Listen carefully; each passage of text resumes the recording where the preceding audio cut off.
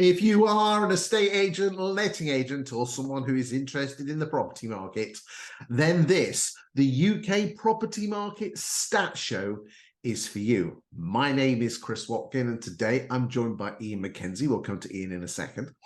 And this stat show is all about what's happening in the UK property market right here, right now. We are looking at weeks 38 and weeks 39. Week 39 was Monday, the 25th of September, all the way through to Sunday, the 1st of October, inclusive. My apologies that there was no show last week, but I decided to go on holiday and couldn't do a show. So my apologies for anyone that missed out next week. I know I got lots of messages, and thank you for those. They do mean the world. The purpose of this show is to see what's happening at the top end of the funnel. The vast majority of stats that you see, the likes of your Halifax and your nationwide stats, are looking at sales that took place 9, 10, 11 months ago. The nationwide and Halifax stats are looking at sales that took place 3, 4, 5 months ago. But if we're looking at what's happening in the property market right now, to both demand and supply, we can foretell what's going to be happening to those statistics and indexes down the line. We're going to look at the number of listings, which is the number of properties that are for sale. Again, that's a vital element, because if we know there's too many houses on the market, demand and supply means prices go down. And if not enough houses are coming on the market, then again, supply will go down, which means prices again will go up. We'll look at the number of price reductions, which again shows estate agents working their stock, and the number of properties selling, and then ultimately also falling through, and then ultimately going through to exchange and completion. So if you're in for, you like your property market stats, this show is for you. Today, I'm rejoined by the wonderful Iain McKenzie. Iain McKenzie is El Bosso, El Supremo. He is the Don of the Guild of Property Professionals. The Guild is a group of 800 independent estate agents up and down the country, and Iain is responsible for them. It's like a collective of agents that all come together to help each other out and support each other. So what Iain doesn't know about the property market really is not worth knowing. Iain, thanks for joining and coming back on the stat show. We do get great feedback from you, from others when you come on the show. So thanks for joining us today, mate. That's great. You always get good feedback from me about me. But nice to hear that you get it from others as well. So that's great. Okay, mate. So just for anyone that's not watched the show before, the show is in 2.5, 3 elements. The first half an hour is we look at the national statistics and what's been happening in the property market. This is going to be particularly interesting because some of you will be working out your stats and budgets for next year. So again, we can probably have a look at those and just get a feeling of where we're going to end this year and potentially where we're going to be going in 2024. We'll spend a couple of minutes on the regional picture, and again, those regional, we won't spend too long on those, but again, all the charts and the graphs which are provided in this show are available to download if you're watching it. If you're watching it on YouTube, if you go to the description and scroll down to the bottom, there will be a link there and you can download them, and they can be used. They cannot be used on social media without my permission, but I'm more than happy for you to use them in any way, shape or form on your valuations to show that you know what you're talking about. And then for the last 20 minutes, we will go to a town or a city and focus very specifically on that town or city to find out what is happening in their property market and really nail down market share growth and everything else. And this week, Iain, we're going to the sunny place, the sunny town. I'm not sure it's even a city, but well, I'll get shot by that. But Stoke-on-Trent, the Potteries, where Sir Stanley Matthews played his football. There you go, eh? I tell you what, finger on the pulse here, mate. Do you know much about Stoke-on-Trent, mate? I know we've got agents on the outskirts of it. James DePavey. Hi, James. Oh, love James. Yeah, I love James. Hi, James. Been to his offices. Super impressive. It is beautiful up there, actually, isn't it? I had a meeting in a brewery with the JDP lot. There you go. And it was professional and it was work. We didn't do any drinking, but it's great. Love it. It's such a shame. A wasted opportunity there, Iain. Right. Okay. So we'll get to that in the last 20 minutes of the show, but let's dive in and look at the stats now. Yep.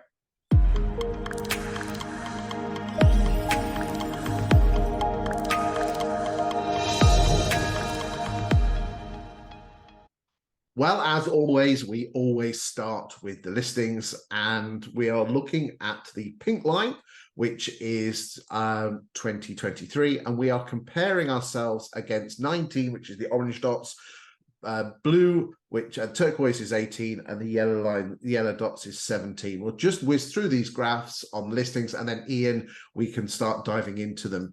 This is the year-to-date number of listings so far. So this year we've put on the market 1.275 million houses. The average listing price, 428,000, and the number of instructions this week, 32,000. Just to give you an idea, last week it was also 32,600. So there is literally 20 properties difference between the two. So right then, thoughts on this? Every time I see this graph, I'm amazed by the consistency with previous years. I know that there's seasonal trends, there's events in the year that dictate consumer behavior. But it's bang in the middle of performance, isn't it, in terms of what's coming to the market? This is an overview for me, that there's much more important data that sits within this figure, but it's absolutely fine, isn't it? It's a good solid result. You're absolutely right. It amazes me that 19 and 18 and 17 we had general elections in theirs, and it just fits it. It's weird, we've got this here, which is the August bank holiday dip. Yeah. We had 3 dips this year because we had Easter and then the bank holidays, but we also had the coronation. Yeah. But again, it just follows. It's amazing, isn't it? Again, I think it's important, ladies and gentlemen, that you need to keep an eye on this listings number, because it was this in 2008 where the number of properties that came on the market went up by 60-70% almost overnight, and it did that for about 8 or 9 months, where the level of properties on the market went up. That's the bit that is going to be the early warning system if we are going to be hitting a tricky property market where house prices crash. We are going to see a lot more properties coming on the market and sales dropping. Okay, so this is something we need to keep an eye on. Anything else on the listings before we move on and look at price changes? I think price changes are the crucial thing. So it'd be good to get that. I keep on hearing talk about crash, housing market crash, and it irritates me, because it irritates me in two areas. Number one is that we're world class at becoming a self-fulfilling prophecy in this country, where we talk ourselves into things, snatching defeat from the jaws of victory, etc. From my perspective, it's very, very different from 2007 through 2009. And I think we just need to accept that the market's changed. We're back to a normal marketplace. We do need to change behavior as a sector, both internally within our organizations and externally, how we talk to our customers. But let's actually just be realistic. We're not going to get a crash. We're going to just see a realignment, and let's just get on with it. Bang on, mate. Absolutely bang on. So the number of price changes this week, 23,810. We'll just pull up, let's just for what's names and giggles, we'll just pull up the magic spreadsheet, and you should be able to see it now. Again, you can download this in a high-res version on your computer if you go to YouTube. But you can see here that, as I said, so hold on a second. I'll just have to make that a bit smaller, mate. Hold on. There you go. I need my glasses for this one. Don't worry. I think the magic thing is this. Green is good and red is bad. Green is good, red is bad. So you can quite clearly see here that across the top line, number of new instructions. The long-term average for the last 7 years, 28,000 properties coming on the market. And as I said, we're on 32. But look, we had that. We've been hovering around those 30s for an awful early 30s for a long time. Yeah. Alarm bells need to be ringing if she starts going up to the late 30s and into the 40s. That's when alarm bells need to start ringing, boys and girls. So just keep an eye on that one. So this is the number of price reductions, and it just shows here that the number of price reductions that agents are running at 25,000 a week. Now, this is particularly interesting, is if you go back to the good, people's perception of the good times in the summer, we were still reducing 22, 23, 24. So price reductions are just bumbling along quite nicely. It works out that agents are reducing stock levels. They're reducing about 14% of their properties per month. Now, some would say, is that enough? It all depends on whether they come on the market at the right price or not. That's the key there, Chris. You just that one line is the all important thing. Is, are they coming to the market at the right level? And I think it's interesting. I was talking to a boss of one of the biggest corporate estate agents. I will not mention his name, and it's really hard work. It's the paradox is that you need the listings, but you need the listings on at the right price. Yeah, if you haven't got it, it's the old saying, isn't it? If you haven't got it, you can't sell it. But there's more to that in this marketplace, which is it is time for some honesty. It's time for some honesty with yourselves about how good is your proposition to the consumer. Because if your proposition is based upon price and fee, you haven't got a proposition. You've got to have more substance to your business to actually offer the right advice. Because it is morally correct, in my opinion, to actually tell the consumers, to tell your customers, to tell your friends and family, etc., what is actually going on in the market. Because to put a house on the market for too much money in today's market is saying to a person, I'm going to raise your hopes and then dash them because you're not going to sell. What I find, and I keep banging on about this all the time, mate, is valuers that put their house, don't get me wrong, we've all been there, we've both been estate agents, and sometimes you have to just put a little bit extra on to get the listing. Okay, I think you have to say, look, yeah, your house is worth 300 grand, but let's try it on at 325. Okay, put it on at 375, that's stupid, but yeah, overing it. But this is the bit that really winds me up. Why the hell don't valuers then do their own price vendor contact and price reductions? So many of them are so lazy, or they just don't want to see reality, or they don't want to look stupid. They leave it to the next to drop, and that's not fair. I'm sorry. I completely agree. That's not how I used to do it in my business in Winchester in the early 2000s. After 4 weeks, the person that went to value the property would go back and sit in the living room with our customer and review the marketing activity. And it was pre-booked in the diary. But if it came on the market on the 1st of September, you go and see them on the 1st of October. I think that's a fantastic idea. And I think we're a lot of, I'm making sweeping statements here, but I used to be a valuer and I've seen it all the time. I still see it, is that as soon as they go from negs to valuers, a lot of them, not all of you, but a lot of them, they get a chip on their shoulder and say, I don't have to do that mucky work. Yay, if you put the house on the market, you take the responsibility to get the bloody thing down in price. Correct. Right then, let's go and look at gross sales. And this week we sold 21,000 property, 21,500. Last week, 20,800. The week before, 20,600. So the number of sales has lifted slightly, not massively, but look at that. Look at that, Ian. It's going up. Hasn't been going up for a long time. And I hope to see that continuance of an increase over the next few weeks. Time will tell, won't it? But the interest rates, the base rate not increasing last month was a big plus. Inflation dropping more than expected. It was marginal drop, but it wasn't expected to drop. Great. Food inflation down this week for the first time in X number of months. Great. So there's lots of consumer positives that are coming out there. Hopefully that will transfer into another fix on base rate, which would be good. And it's just the normalization of the marketplace. I think consumers will start to realize that we are where we are. It is what it is. Let's make a decision and get on with it.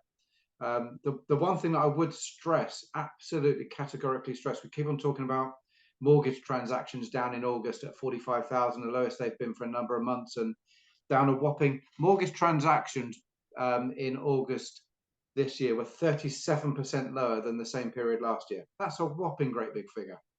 But, and this is the big but, 50% of all homeowners in the UK don't have a mortgage.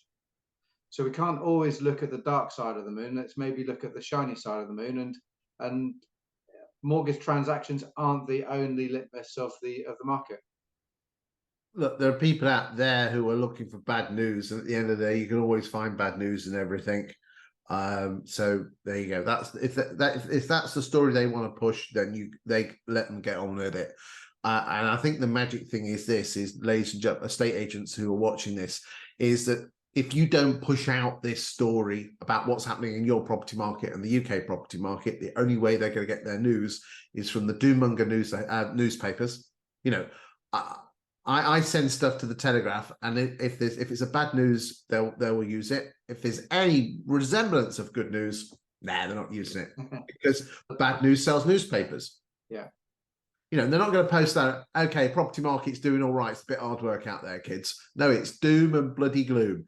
Anyway, right, here we go. So number of sales this week, 21,500. Again, it's going to be lower than it was from the last 20, 21 and 22. But again, we are slightly below the 17 and 18 and 19 levels. We're going to come on and talk about what percentage we are lower when we come to net sales. This is a new graph that we've brought in, and this compares the average listing price versus the average sale price. Now, this doesn't mean you could say, well, look, Chris, there's a huge difference. I mean, this week, the average listing price is 428 and the average sale price is 352. That doesn't mean that there is a £75,000 reduction.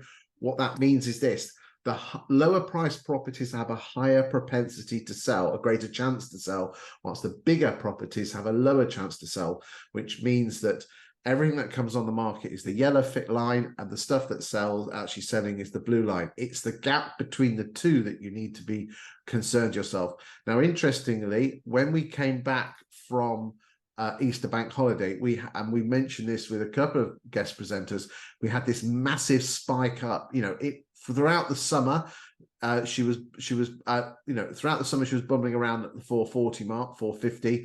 She was going in a downward direction to nearly 400. Then look at that massive spike up, and now she's come back down to 411. So again, anecdotal evidence. We haven't got proof of this, but we thought an awful lot of bigger houses were coming onto the market post August bank holiday. Yeah. Which is going to drive that average up. And you know, they've all been on holiday to Provence, as I'm sure you've got a villa there, Iain. I wish. I wish, yeah, yeah. On a national scale, I'm not worried about this particular graph because, like you've just said, it's national. So you only need 2 or 3 £20 million houses in Kensington coming to the market to skew the figures. On a local level, I would be very concerned by this graph. But this is one where I just think that it's stretched by the upper quartile. Yeah, and if you actually just have if you want to see what's happening in your region, boys and girls, when you actually download the graphs, we've got them all regionally here, and you can see all the stats here of the average price of a property coming on the market and the average price of a property selling as well. So do have a look at that in greater detail. Right, let's get back to the graph-a-roonies and let's move on and look at fall-throughs. So the number of fall-throughs, and again, I'd like to apologise to all the doom-mongers out there, but the number of fall-throughs seems to be drifting in a downward direction. So apologies to you there. I've actually put a yellow trend line in there. I thought that might look quite nice. But so the fall-throughs this week, 5.7. Okay, we are okay. You know, since August, we have been running an average fall through rate of. Let me just have. Okay, well, since the summer, we've had the average fall through rate has been 5,992, and this week we are on 5,717. So it's it's not too bad, is it? That's good. That's encouraging. It makes sense in many respects, doesn't it? Because the people that are making a decision to buy a house now are making a decision to buy a house now. And I know that's a stupid statement, but it is also perfectly okay. You're making it based upon the known economy, your known situation, knowledge of the house prices, what's looking like into the future. And so I would expect that graph to continue to decline, unless, of course, we see anything extreme in the world. Indeed, and I personally, okay, this is raw numbers, but I'm a bigger fan of the percentage, and this is the number of fall throughs that week as a percentage of the gross sales that took place that week. Is it a perfect measurement? No, but it's as good as it gets. And we ignore the spike at Christmas because the numbers are so low, it doesn't take much to have a spike. But look at this. In Q4, we were at a 40% fall through rate, which is not particularly good. The long-term average is 25. The long-term average is 24.3. But this week, I mean, to give you an idea, as we were going through into August, we were at 29, 30, 29, 29, and we have been slowly moving down to the present level of 27%. So let us hope that continues, because anything in the 30s is a little uncomfortable. Although interestingly, Ian, every estate agent says 1 in 3 sales fall through, when in reality the stats show that 1 in 4 actually fall through. Yeah, interesting. There's your percentages, which again, and there's the numbers this week. As I said, 5,718. Last week we didn't have a show, it was 5,843. Should we move on to net sales? Indeed, please. Okay, so net sales are each week in isolation, the number of gross sales less fall throughs from the sales pipeline. And look at that, Ian. Look at that pink line. Yeah. It's going up. It is. It's crossing, isn't it? It's starting to cross. Fingers crossed. It's going to cross. Yeah. At this rate, fingers crossed. Well, you never know, because look, you got here. She's up and down like an Alton Towers. But fingers crossed. It might. You never know. But the gap between 17 and 17, the 17 to 19 average is the white line. Yeah. Notice how this gap's been getting bigger and bigger and bigger throughout this, and now she's beginning to close back up. So hopefully we can catch up. Now, to give you an idea, the number of net sales year to date, 638,000, which is 90% of the 17, 18 and 19 average. Now, that was as high as 95% late spring. She's been, it went as low as in the late 80s. She's been bobbling around 90 to 92 for the last few weeks. So I'm quite pleased that she's got a 9 in front of it. I always like this particular graph because the yellow dots show you what happened in the lockdown 1 in 2020. Yeah. But again, incredible, wasn't it? Absolutely incredible. Just be aware that things will start to drift off as we go into October and November. So just be aware of that, ladies and gentlemen. Yeah. Net sales, again, we're just showing you a week in isolation. We were talking about the average price. Again, we've done this graph before, but this is a standalone week comparing other weeks. I think the other graph is a better graph, but I think it's important to show. And again, just shout up if there's anything you want to mention on these, Ian. We've talked about the price difference. That was as high as 30%, but this week we're down to 21, 22. Price changes as a percentage of listings at 72. That's, again, quite high, but we've been roaming around that late 60s, early 70s. I mean, the long-term average on this is 61%. So that shows that either agents are putting their houses on the market too much, or agents are working their stock, or a bit of both. Yeah. Anything? Again, with this, so we've talked about the pricing. You've got to talk about price reductions. There is 0 point in this marketplace of reducing a price incorrectly. So realignment, recorrection, new pricing strategy, whatever you want to call it.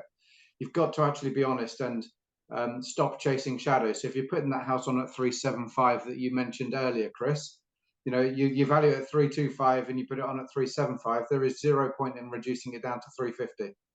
You've got to find the right words, have the right data, have the right relationship with your customer, and give the right advice to get them moved. Because the number of listings that we see is completely irrelevant. It's the quality of the listings, it's the pricing of the listings, and it's the motivation of the seller. I would be trading at the moment in this marketplace with the motivation of my sellers, and I would be focusing on those customers that need to move at this moment in time. As you say, listings is vanity and exchanges is reality, as they say. Completely.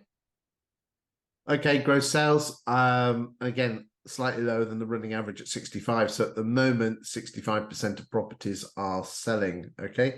I think if you look at all of the data that we've looked at so far, Chris, what we've seen is that there's marginal, over the course of the year, it's been marginal at times in terms of the difference between the previous years. But it's very clear now that we're seeing more instructions, we're seeing less gross sales, less net sales, and so the available stock, you probably we've already mentioned that it's significantly higher. it is irrefutable through data and evidence that the market has changed. So it's time to wake up and smell the coffee. For me, we were in a very fast, active marketplace 12, 18 months ago. And it was super quick. I knew agents in London that had 5 to 9 available stock at any one time, but they were still turning over some very good money because it was constant churn. If I was to draw an analogy between the housing market and a sport, it would be that 2 years ago that we were in a sprinters marketplace. So Usain Bolt was great 2 years ago, and in today's world we're in a marathon. And if you were to ask Usain Bolt to run a marathon, could he do it? Yeah, he could probably do it, but he's not trained to do it, and he's not skilled to do it. And this is true with agents, and particularly your colleagues that are working with you. If they're not used to this marketplace, they need training of how to actually do a better job, because it's a marathon and not a sprint right now. Fantastic. I've got some interesting stats for you. Just here's a little how many houses do you think that have come on the market since January 22 have been relisted properties? Oh, I have no idea. That's a good question there. It's 8.2% of listings are relists. So there's not much churn, is there? Now, interestingly, if you look at the average number of properties that were coming, okay, so there is 22 in there, but to give you an idea, the average number of properties, so hold on a second, in 2022, the average number of properties that were coming on the market per month was about 120,000. Well, it's 119,000, but 120,000, of which only 7,100 of them were relists. What would you call them? Relists? So is that where it swaps agent? Is that swapped agent, switched instructions, that sort of thing? Okay. I mean, that seems too low to me. No, that's 22. Okay. Oh, I see. Got you. That's 22. Okay. Yeah, so we've got an average of 7,000. So last year, an average of 7,000 per month that were relists, and an average of 120. So get your calculator out, Ian. Work out what 7 divided by 120 is. Right, here we go. Just 1 second. Could have given me some notices on this one. 7 divided by 120. Yeah, well, I just thought I'd come up with this just for what names and giggles. 0.05, so 5%. Guessing. Yep. Okay. Next, what's 11.2 divided by 13? What was 11.2 divided by 135? 8%. So basically, since 2020, in 2023, 8% of listings have been relists. So that's showing that there are more relists coming on the market, and that number is growing. Isn't that interesting? Yeah, the figure that you hear from various portals is that 60% of instructions. Right. Okay. That is a figure from Rightmove mentioned in a conference 6 years ago. Okay. It got as low as 7% in 2021. Yeah. Okay. Yeah, it's nowhere near that at the moment. It's going in that direction, but we are nowhere near that. Now, this is an interesting thing, is this. I haven't got I've got the figures, but I don't want to bore everyone to death, but the chances of a property selling the second time round are about a third lower. Okay. Interesting. So been playing with some stats on that one. Right, let's go back and let's once I've dived in a bit more, we can probably look at those stats another time in a bit more detail. Okay, let's go back and have a look at the right. So this is the regional stuff. Now, again, you're not going to see this on the screen, ladies and gentlemen, but basically you can download it. But the bottom line is green is good and red is bad. Okay, we're not going to spend too much time on this. You can have a look at this to your heart's content and just see where your area is comparing against other towns. There's some ratios in there, which again, you can download. They're all high res, and you can download them and have a look at them on, too much. The screen won't work. Most people are watching on phones, so download them and look at them to yourself. Yeah. Right then, Ian, any thoughts before we go to Stoke-on-Trent? I think we've said it. We've said it. The market is what the market is. It's not a disaster. It is hard work. You've got to get your pricing right. You've got to have a better strategy at time of valuation than just overvaluing and undercutting on commission. There's got to be some honesty with yourselves and with the customers, and having systems and processes in place because the market's different. Good stuff. Right then, let's go to Stoke-on-Trent.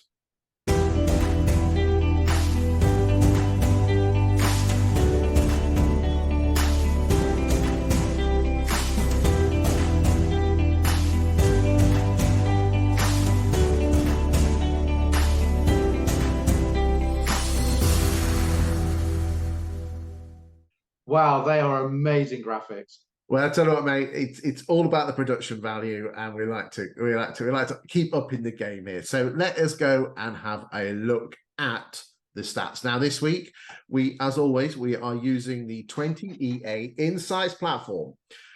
Just to give you an idea, 20EA give me this platform free of charge. I'm happy to declare this. They do not pay me to mention them, but I am a huge fanboy of 20EA and the Insights platform. The platform itself is available for estate agents to use.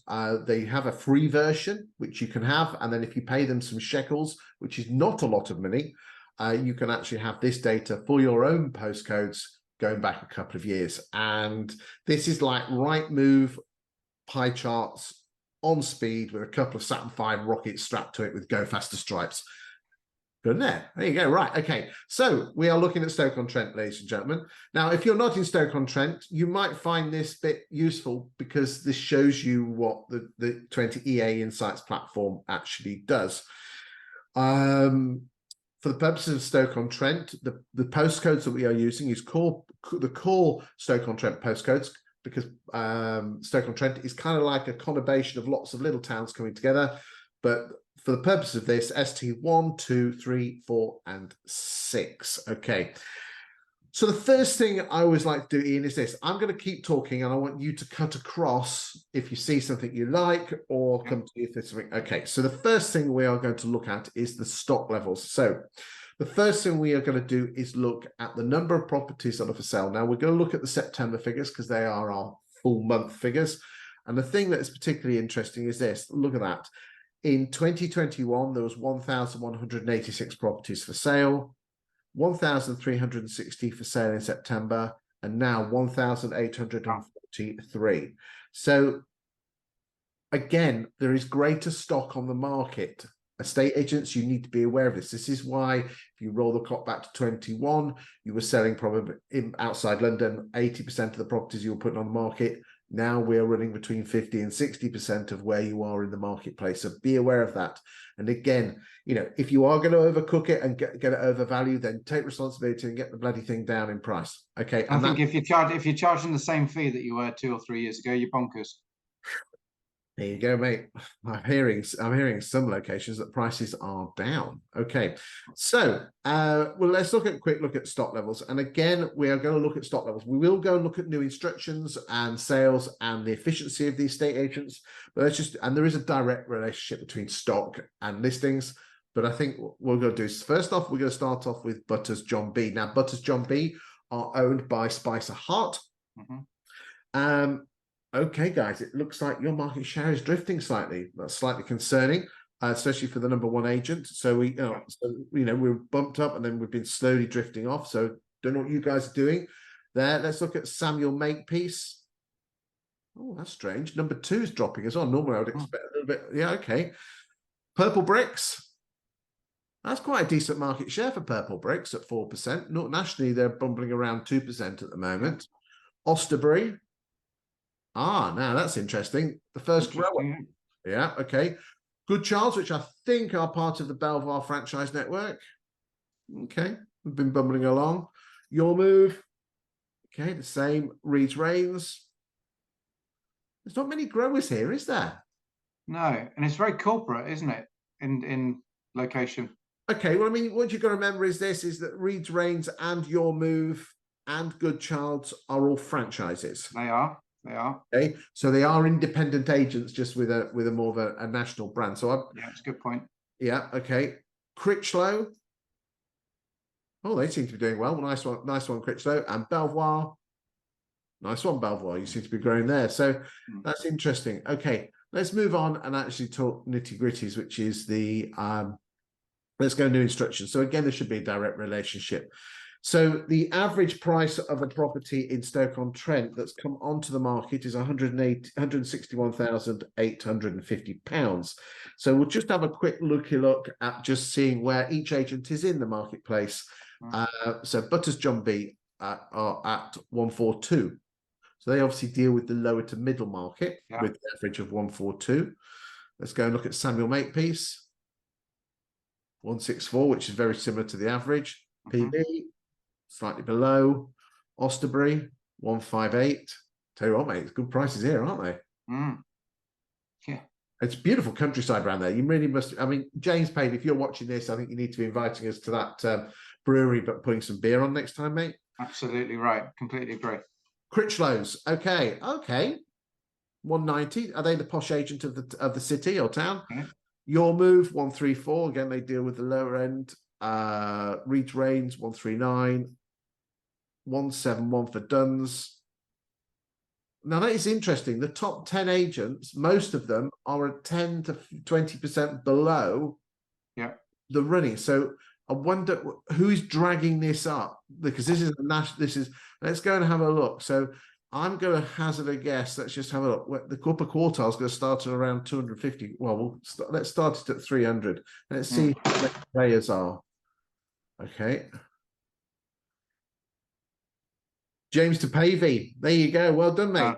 There you go. I didn't know he was going to be here, because this is always very interesting. I mean, James's marketing is absolutely superb. Nice one, James.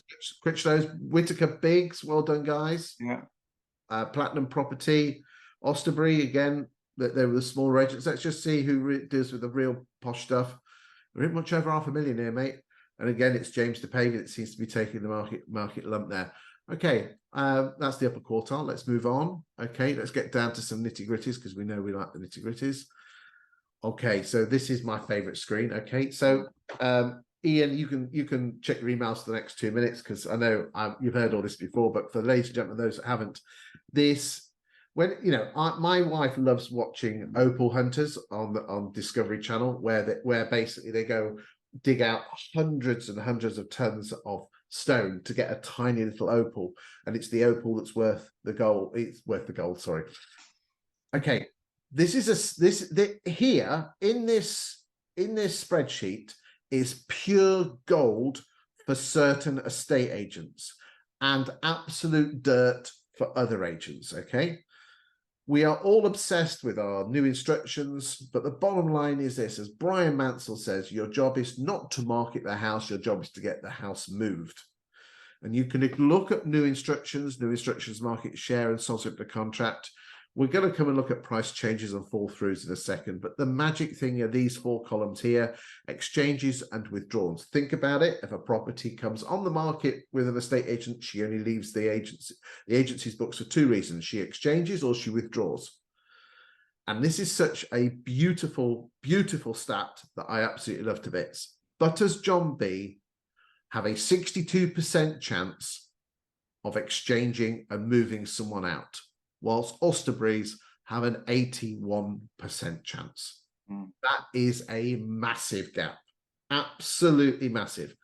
So if I was Osterbury and I was up against Butters John B, I would be saying, Mrs. Miggins, if you go with Butters John B, you have a 6 in 10 chance of actually moving. With me, you have an 8 in 10 chance of moving.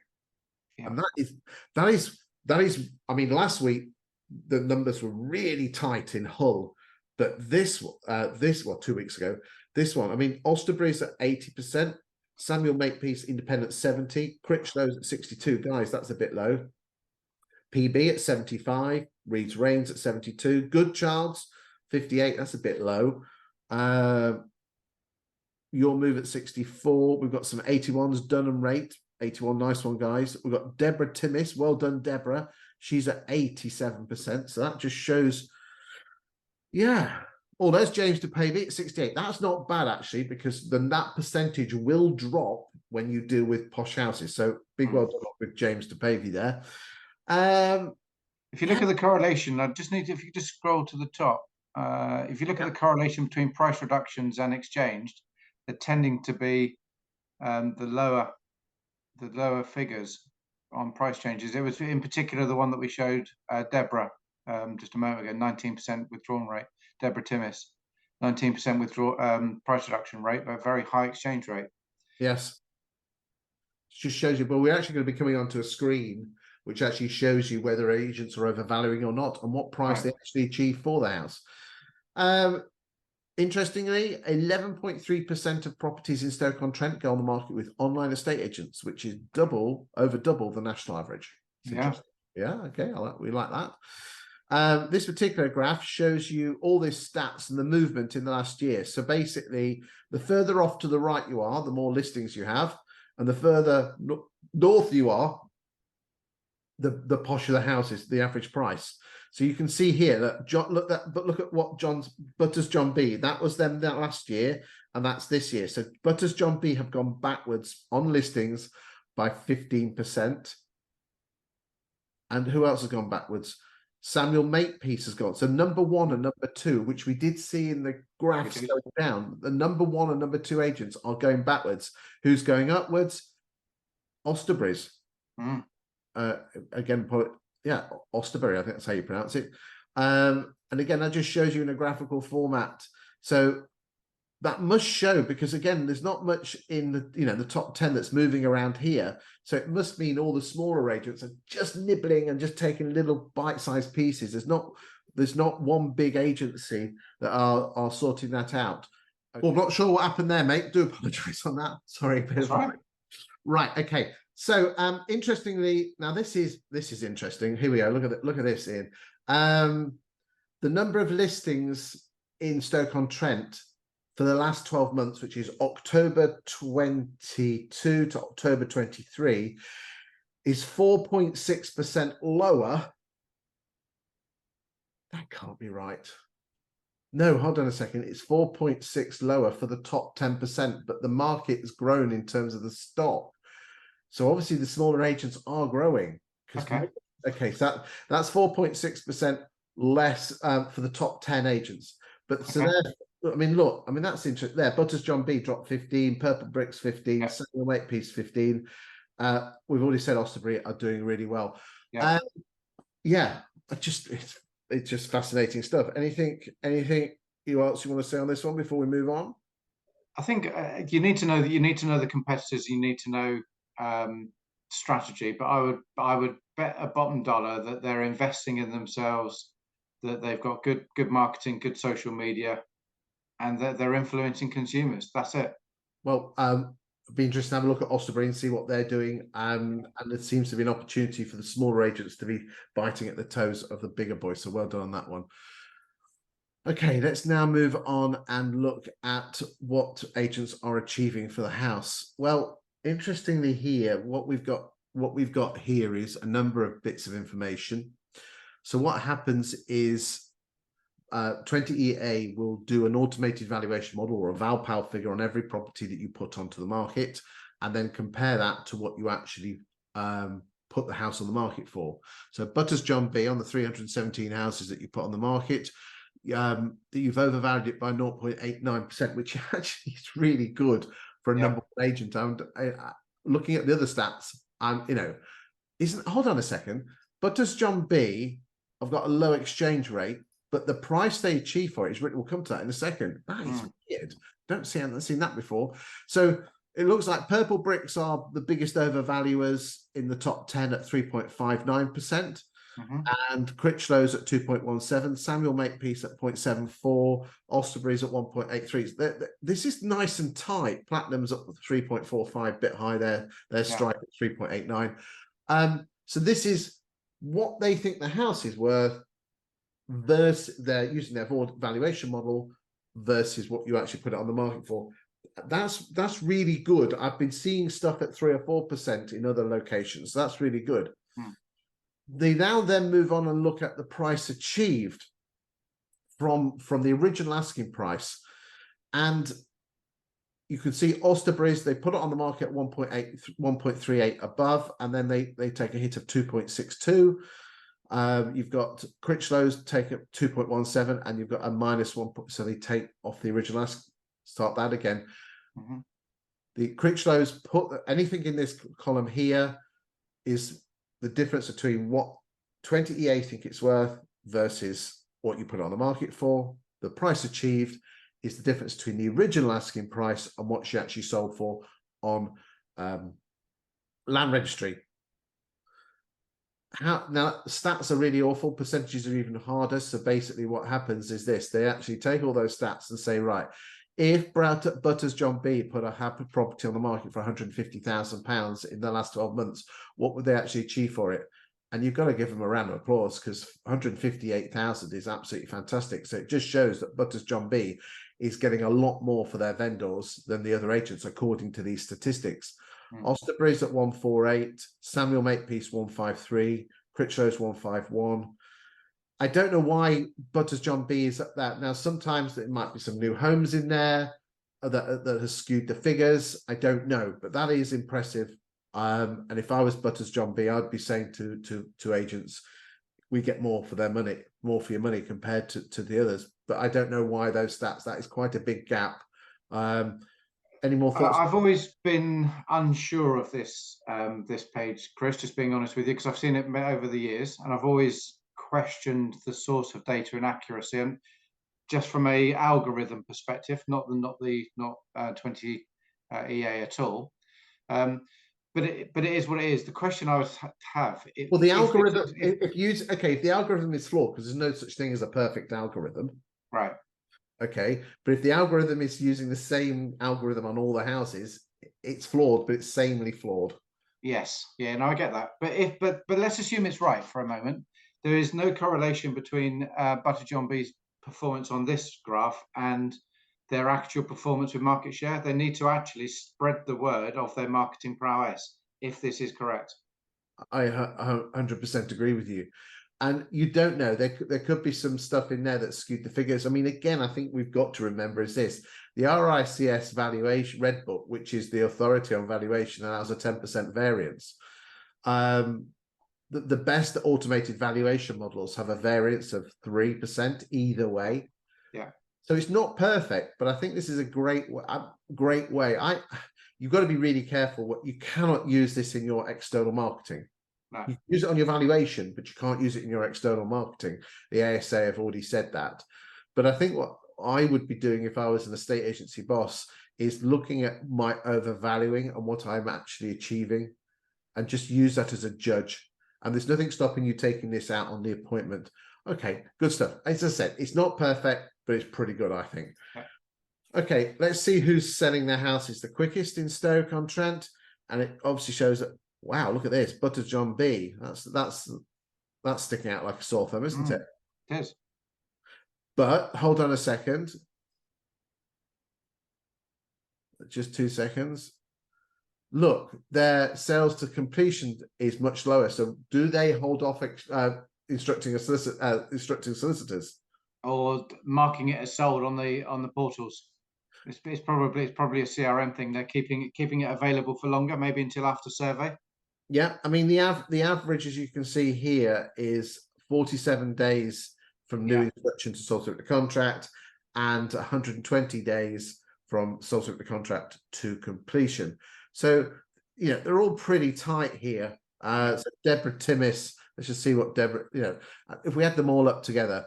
Butters John B at 182 at one end, and Deborah Timmis at 144. So we're looking at the difference between, say, 6 weeks there. So not a huge amount, but still 6 weeks is 6 weeks. Yeah, it is.